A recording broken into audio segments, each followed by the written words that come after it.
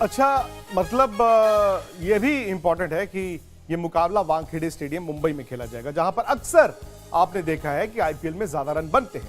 Batting के लिए अच्छी विकेट है, आउटफील्ड तेज है। देखना यह है कि दिल्ली के पास स्ट्रोक प्लेयर्स हैं, लेकिन चेन्नई की रणनीति क्या होती है, क्योंकि पिछले साल एमएस धोनी रिटायरमेंट, जब इन्होंने इंटरनेशनल क्रिकेट को रिटायरमेंट अनाउंस की थी, उसके बाद वो आईपीएल खेलने गए थे। ज्यादा क्रिकेट नहीं खेल कर गए थे और वो उनकी बैटिंग में झलक रहा था। अब देखिए, 14 मैच खेले उन्होंने, रन सिर्फ 200 थे, 25 की औसत थी, और औसत के अलावा जो उनका स्ट्राइक रेट नीचे गिरा, उससे टीम को बड़ा नुकसान हुआ। हालांकि इस बार सुरेश रैना के आने से, मोइन अली के आने से हो सकता है उनकी बल्लेबाजी थोड़ी मजबूत हो जाए। ऋषभ पंत का भी आईपीएल पिछले साल का बहुत ज्यादा अच्छा नहीं था। इनफैक्ट आपको याद होगा आईपीएल के दौरान तो ये बातें थी, इन्होंने 12 किलो जो वजन अपना बढ़ा लिया है। उसके बाद आहिस्ता आहिस्ता भारत की टीम के हर फॉर्मेट से बाहर भी हो गए।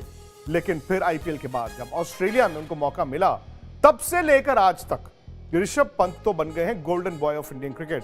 और अगर दिल्ली को अच्छा करना है इस टूर्नामेंट में, तो ऋषभ पंत के रन चाहिए और अपने अंदाज के रन चाहिए।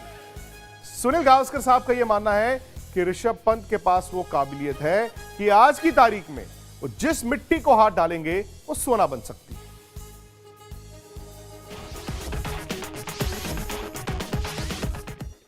जब रोहित शर्मा प्लेयर थे, कप्तान नहीं थे, तो वो भी ऋषभ पंत जैसे 30, 40, 50 रन बनाते थे और उससे संतुष्ट हुआ, ऐसा लग रहा था कि संतुष्ट थे।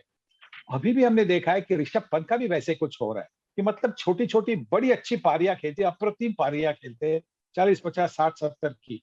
पर जब कप्तानी की जिम्मेवारी होती है तो फिर वो भी ध्यान में आता है कि मुझे आगे जाकर मैच को खत्म करना है, मुझे मैच को जीतना है, तो मुझसे 40-50 से काम नहीं होगा, मुझे 90 करना है, मुझे 100 करने। तो ये जब उनके ध्यान में आएगा तो वो और भी अच्छे प्लेयर हो जाएंगे। देखिए, जैसे आपने कहा पिछले 4-5 महीने में मिट्टी को हाथ लगाया तो सोना हो गया, और वैसा भी हो सकता है। कप्तानी के बारे में उनके पास थोड़ा सा अनुभव भी है, ऐसा नहीं कि वो नए कप्तान है। उनके पास रिकी पॉन्टिंग जैसे दिग्गज खिलाड़ी है जो बड़े अच्छे, दुनिया के सर्वश्रेष्ठ कप्तानों में माने जाते हैं।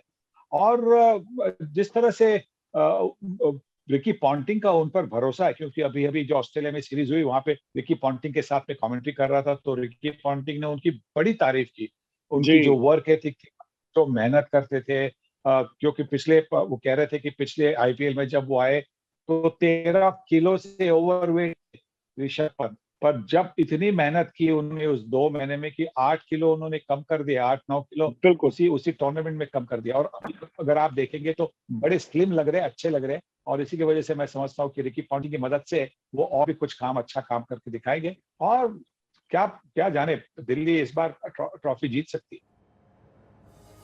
देखिए, उन्होंने क्या बोला, उन्होंने बोला कि ऋषभ पंत ने 30s 40s किए थे पिछले साल, लेकिन जब कप्तानी की जिम्मेदारी होती है, या तो अब बिखर जाते हैं, अपना नेचुरल गेम नहीं खेलते, या फिर वो जो 30-40 होते हैं उसे 60, 70, 80, 100 में कन्वर्ट करते हैं।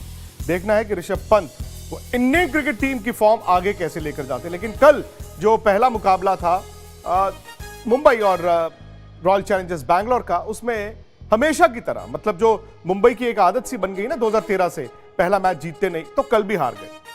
कल हार गए, 159 रन उन्होंने बनाए थे, और बैंगलोर की टीम दरअसल आखिरी गेंद तक इस मुकाबले को ले गई। इसमें एबी डिविलियर्स हमेशा की तरह चमके, उन्होंने मैच जिताने वाली पारी खेली।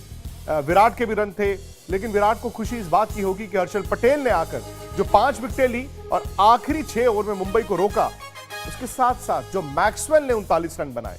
देखिए, टूर्नामेंट के लिहाज से मैक्सवेल एक बड़े खिलाड़ी हैं,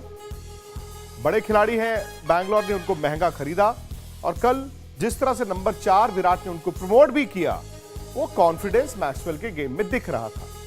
अब सवाल यही है कि क्या वो बड़ी पारियां खेलते रहेंगे अगर मैक्सवेल चमक गए और उनके साथ विराट। नमस्कार, मैं हूं अंजना ओम कश्यप। हमें उम्मीद है ये वीडियो आपको पसंद आया होगा। लेटेस्ट खबरों के लिए यूं ही देखते रहिए आज तक, और इस वीडियो के पसंद आने पर लाइक, शेयर एंड सब्सक्राइब करना ना भूलें।